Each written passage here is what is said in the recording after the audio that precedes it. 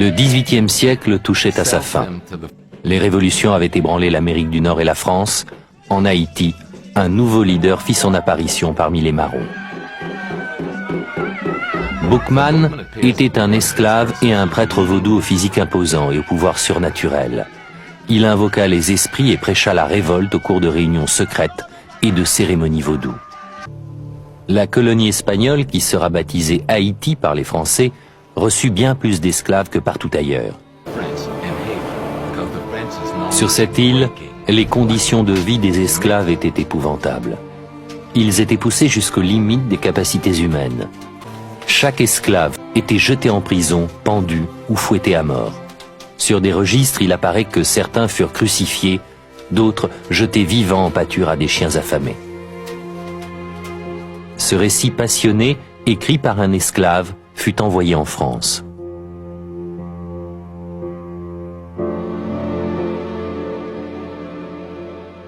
N'ont-ils pas pris des hommes pour les pendre la tête en bas, les noyer dans des sacs, les crucifier sur des poteaux, les enterrer vivants, les broyer dans du mortier? Après les avoir fouettés, n'ont-ils pas laissé les corps vivants sur des fourmilières, ou encore rongés par les vers? Ne les ont-ils pas attachés à un pieu dans les marais, puis abandonnés aux moustiques? Ne les ont-ils pas jetés dans des chaudrons de sirop de canne bouillant? N'ont-ils pas mis des hommes et des femmes dans des tonneaux cloués, qu'ils ont ensuite roulés dans les précipices? On ne peut même pas imaginer à quel point les conditions de vie sur les plantations étaient terribles. Chaque année, 20 à 25 000 esclaves mouraient des abus les plus ignobles. Il y avait des propriétaires de plantations qui portaient sur eux des marteaux uniquement pour clouer sur les arbres les oreilles coupées des gens qu'ils torturaient au cours de leur ronde journalière. Durant les 20 dernières années d'existence de la colonie, 300 000 esclaves furent amenés en Haïti, en grande partie à cause du dépeuplement des plantations. Beaucoup d'esclaves sont morts, beaucoup se sont enfuis à l'intérieur de l'île. Là, ils ont formé des bandes de hors-la-loi en se faisant appeler les marrons. C'est ainsi qu'ils ont semé les graines de la première révolte d'esclaves victorieuse en Haïti.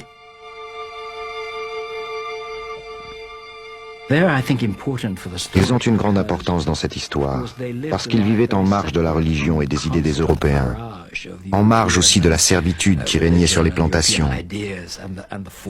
Dans les Antilles, les communautés de nègres marrons étaient des lieux où les coutumes africaines étaient préservées, bien plus que sur les plantations. C'était un peuple indépendant et fier d'avoir renié l'esclavage, fier d'avoir pris la fuite à la recherche de sa liberté.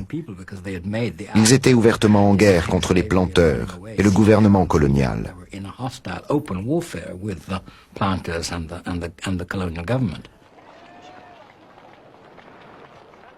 Au milieu du XVIIIe siècle, les nègres marrons organisèrent une guérilla dans les profondeurs de la jungle. Ils étaient armés de fusils, de machettes, de couteaux. La révolte des nègres marrons se renforça. En Haïti, un nouveau leader fit son apparition parmi les marrons. Boukman était un esclave et un prêtre vaudou au physique imposant et au pouvoir surnaturel.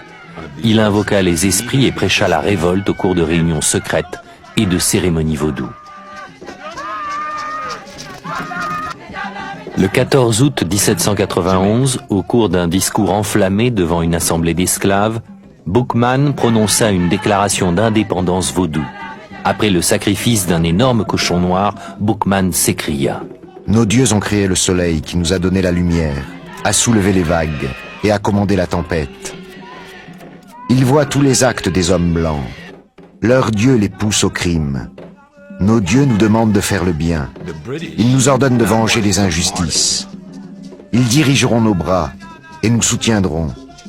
Débarrassons-nous du Dieu des Blancs qui nous a causé tant de peine et écoutons la voix de la liberté qui parle en chacun de nous. » Boukman étudia avec attention les échecs des anciennes révoltes d'esclaves, en particulier celle de Macandal. Il était convaincu que les marrons ne pouvaient réussir qu'en faisant un pacte avec les dieux et les puissants esprits vaudous. En retour, ceux-ci donneraient la force aux guerriers et jetteraient un mauvais sort sur leurs ennemis. Les partisans de Boukman se lancèrent dans le combat avec une incroyable férocité. Les Français avaient eu tort de sous-estimer la puissance du vaudou. Je crois que ce que les Français ne pouvaient pas vraiment comprendre, c'est qu'ils ne se battaient pas contre des hommes, mais contre des esprits. Et c'est pour ça qu'ils ne pouvaient pas gagner. Les Français croyaient affronter des esclaves avec des bâtons, mal armés ou pas armés du tout. En réalité, chaque homme était en transe. Ils étaient tous possédés. C'était une guerre culturelle entre nos esprits et la technologie occidentale moderne.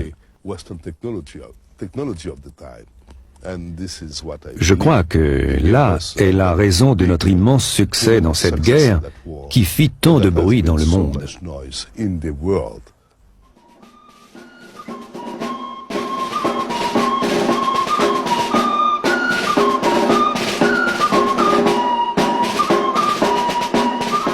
Les idéaux de la Révolution française ont influencé les marrons.